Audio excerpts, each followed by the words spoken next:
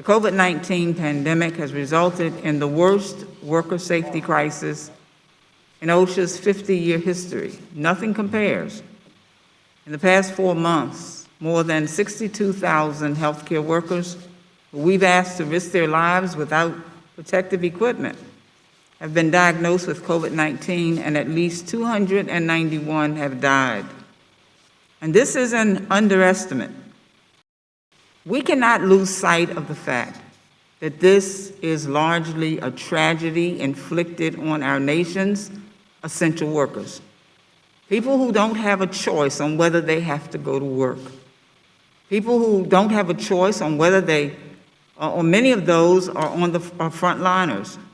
They're low-income workers and disproportionately people of color. Yet OSHA, the agency that this nation has tasked to protect workers, have been largely invisible. It's failed to develop the necessary tools that it needs to combat this pandemic, and it has failed to fully use the tools that it has, instead focusing principally on issuing press releases and voluntary guidance. The only logical conclusion I can draw is that OSHA's inadequate response to this pandemic has been informed more by politics rather than modern science.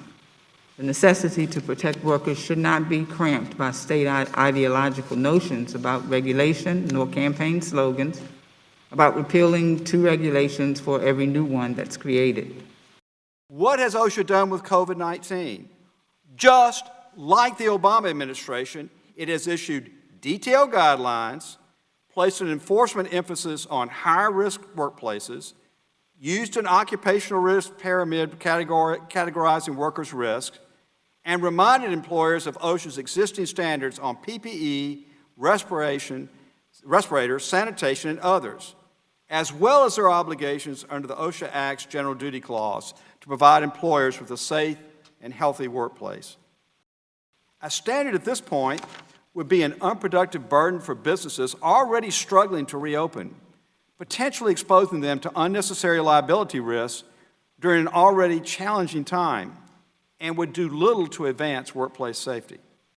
As states are beginning to reopen their economies, OSHA is acting to ensure employers are protecting their employees. First, OSHA is increasing in-person inspections at all types of workplaces.